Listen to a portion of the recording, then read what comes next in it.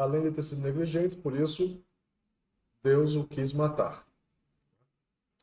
E segundo é que Ciporá chamou Moisés de esposo sanguinário. Reclamou com Moisés, né?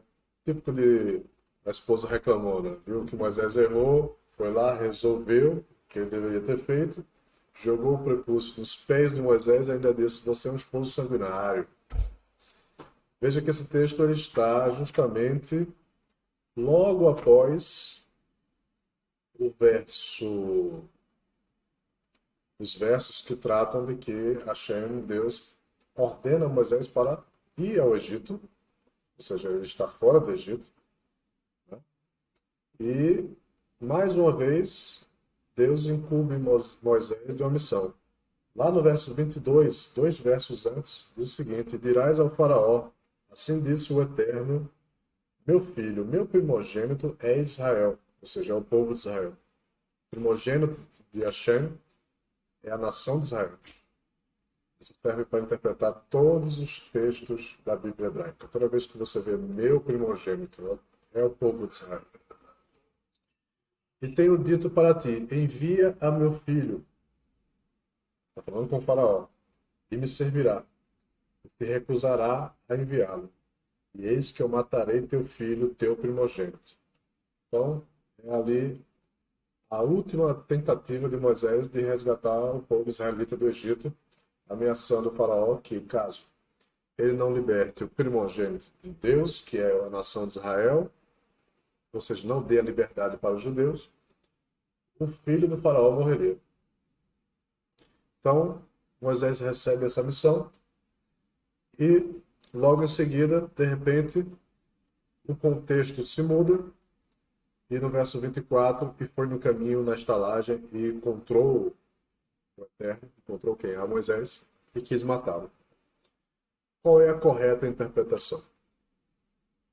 Aqui o texto, em hebraico, ele diz o seguinte: vai rivaderer, e foi no caminho. Bamalom, na estalagem, ou seja, Moisés primeiro foi cuidar da estalagem, ao invés de cuidar da circuncisão, né? Vai Gesheru, encontrou, encontrou, encontrou Hashem, ou seja, encontrou quem? A Moisés, Deus. Vai Vakesh Hamito, e quis matá-lo. Os nossos sábios, e aí está incluso Urashi, todos os grandes sábios de Israel, dizem o seguinte: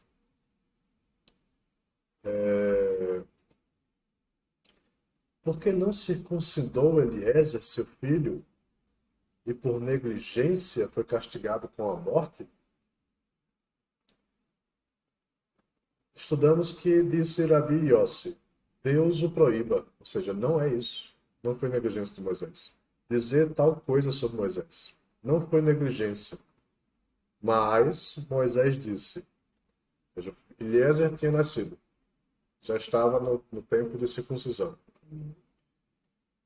E aí Moisés tinha a obrigação de circuncidá-lo.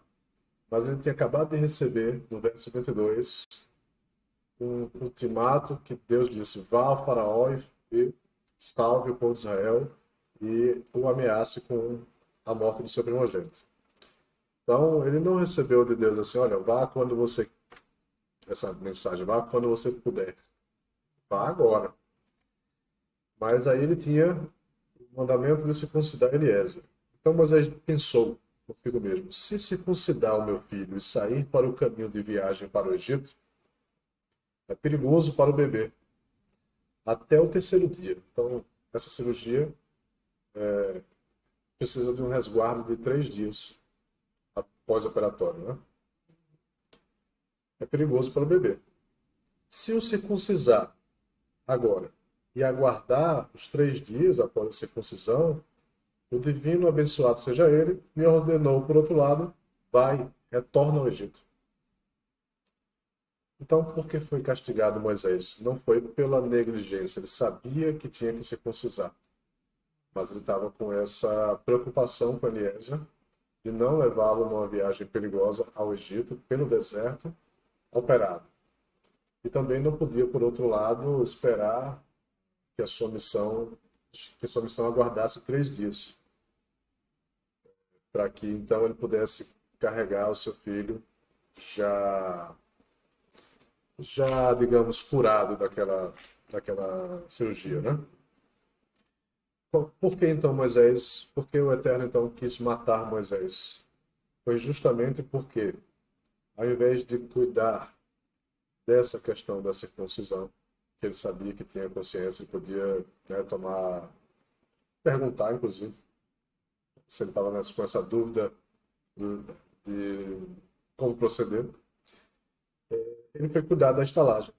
Ele foi cuidar de algo menos significativo, totalmente, muito menos significativo do que a circuncisão do seu filho, do que esse problema a ser resolvido de maneira iminente, de maneira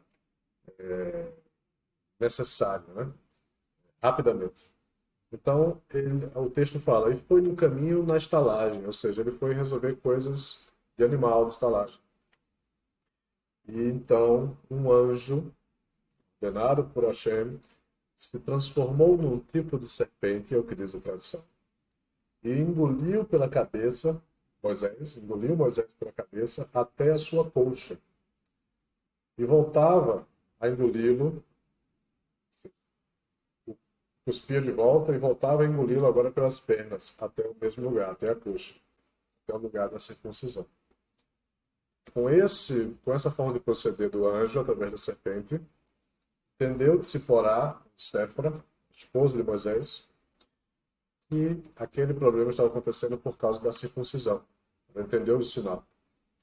Então ela tomou atitude, pegou uma pedra afiada e fez a circuncisão, naquele momento, às pressas de Eliezer, cessando aquela intenção do anjo de matar Moisés. E aí, no segundo trecho, né, no verso 25, depois que Tsiporá faz a circuncisão, ela diz o seguinte, e disse, porque esposo de sangue és tu para mim. O texto hebraico diz, ki hatan damim atali. Hatan, inclusive, é usado também para noivo, né? Para esposo, para marido. Hatan damim atali. Porque esposo de sangue és para mim. Aqui ela não quis dizer o significado literal que se tem no português, que você é um esposo sanguinário. A interpretação aqui do texto, no original hebraico, é o seguinte: você se tornou o esposo de sangue para mim. Então, por que ele se tornou esposo de sangue para Ciporá, para a sua esposa? Justamente por causa de Eliezer. Qual é o problema? Não era Moisés, era Eliezer. Eliezer apresentou um problema de precisar ser circuncisado, justamente no momento que Moisés tinha uma obrigação divina de sair da sua casa e ir direto, correndo até o faraó no Egito. Então, a interpretação correta é que o causador, claro, sem nenhuma culpa, porque era um bebê, mas o causador de Moisés ser um esposo de sangue era Eliezer, seu filho. Então ela não estava criticando o marido, criticando seu esposo. Ela estava apenas dizendo o seguinte: resolvi, Moisés, fiz a circuncisão. Você estava você estava à beira da morte por causa da circuncisão. Moisés até então não sabia, né, que estava sendo morto por causa disso. Foi o sinal que o anjo deu, né? Foi o sinal que Hashem deu através do anjo, que se transformou na serpente e que ficava engolindo Moisés até o lugar da circuncisão. Até então, aquele momento, imagine, ele recebeu a ordem divina, foi preparar-se coisas na estalagem, e de repente uma serpente vem te engolir.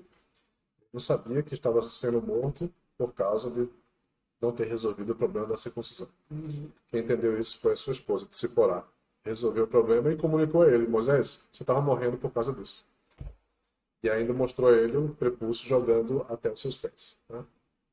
Então aqui tem várias lições. Né? Primeiro, a esposa não deve criticar o marido, não o criticou. Segundo, não devemos pensar mal de Moisés aqui, porque na verdade ele tinha um problema muito difícil de resolver, né? Não sabia o que, é que deveria fazer primeiro. E o fato foi resolvido pela sua esposa. Aproveitando essa pausa mesmo, né? Tem um pessoal dando boa noite aqui.